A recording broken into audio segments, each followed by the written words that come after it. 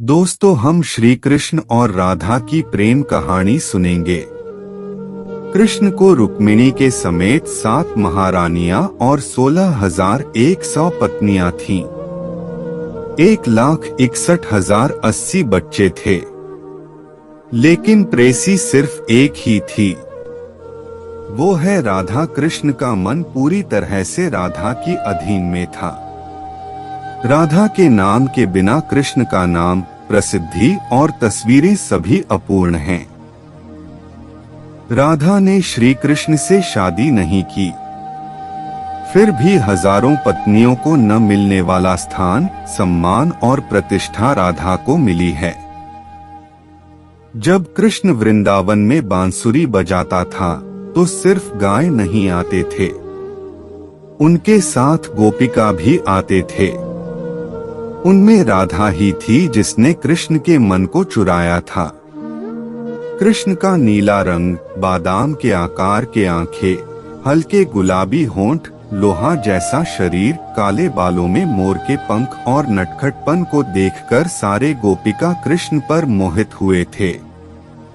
लेकिन केवल राधे ने कृष्ण की बांसुरी की सुरीली आवाज को अपने मन खो दी थी।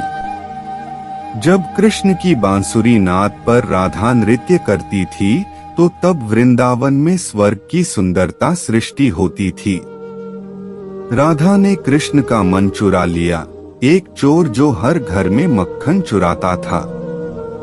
जब कृष्ण उससे शादी करना चाहता था तो उसने उससे शादी करने से इनकार कर दिया। इसके पीछे मजबूत और पवित्र कारण थे। राधा को 6 साल की उम्र में अयान नाम के एक सैनिक के साथ बाल विवाह हुआ था, लेकिन उनकी शादी के 1 साल के भीतर ही अयान का निधन हो गया। उसके बाद कृष्ण को राधा मिली। वह कृष्णा से 3-4 साल बड़ी थी। राधा को पहले ही शादी हो चुकी थी, इसलिए वो अपनी मूर्खतापूर्ण भावनाओं को छुपा के रखी और उसके पास कृष्ण के लिए सिर्फ प्यार की भावनाएं थीं। वो कृष्ण से प्यार करती थी, लेकिन वो उससे शादी करने से इनकार कर दी, क्योंकि वो पहले से ही शादीशुदा थी। इसके अलावा उसके मन में ऐसी हीन भावना थी कि कृष्ण राजा होने वाला है, लेकिन मैं गाय चराने वाली साधारण गोपिका हूँ। राधा चाहे तो पहले से ही शादीशुदा होने के कृष्ण से शादी कर सकती थी, लेकिन उसकी बावजूद भी प्रेम की परिकल्पना अलग थी। राधे और कृष्ण का मन परस्पर मिला हुआ था। वे 2 शरीर एक मन के जैसे हुए थे। मिलन हुए मनों को शादी के बंधन से या शारीरिक संबंध से मलिन करने में राधा को कोई दिलचस्पी नहीं थी। इसके अलावा वो मानती थी कि प्रेम में एक हुए मनों को शादी के बंधन की जरूरत नहीं है। इसलिए राधे ने श्री कृष्ण से शादी नहीं की।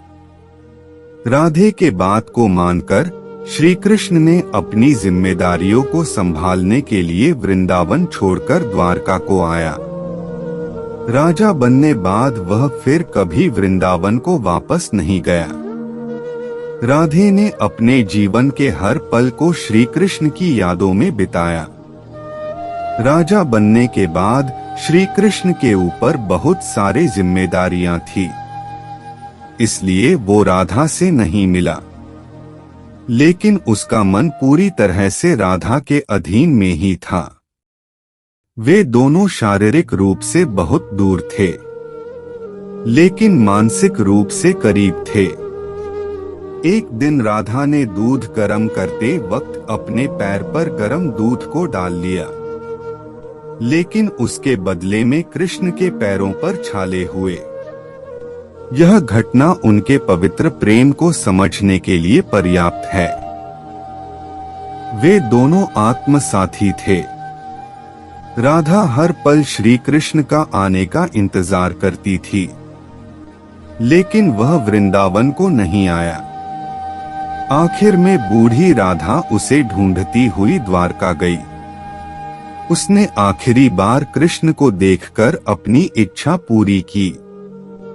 कृष्ण ने आखिरी बार राधा के मन पसंदीदा बांसुरी राग को बजाया और उसके बाद बांसुरी को तोड़कर फेंक दिया।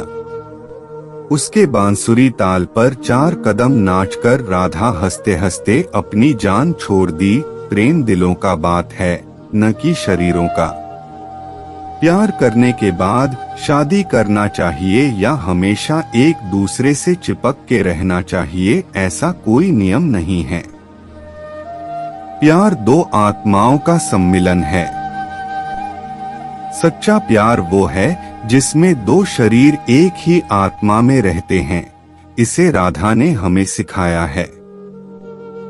बिना शारीरिक संबंध बना के, बिना हमेशा साथ रह के मानसिक रूप से प्यार करके राधा ने इस दुनिया को दिखाया है। सूर्य चंद्र रहने तक राधा के नाम अजरामर है। आज के प्रेमियों को उसकी प्रेम कहानी से बहुत कुछ सीखना है। मुझे बताएं कि आप इस प्रेम कहानी के बारे में क्या सोचते हैं और इसे अपने प्रियजन के साथ साझा करें।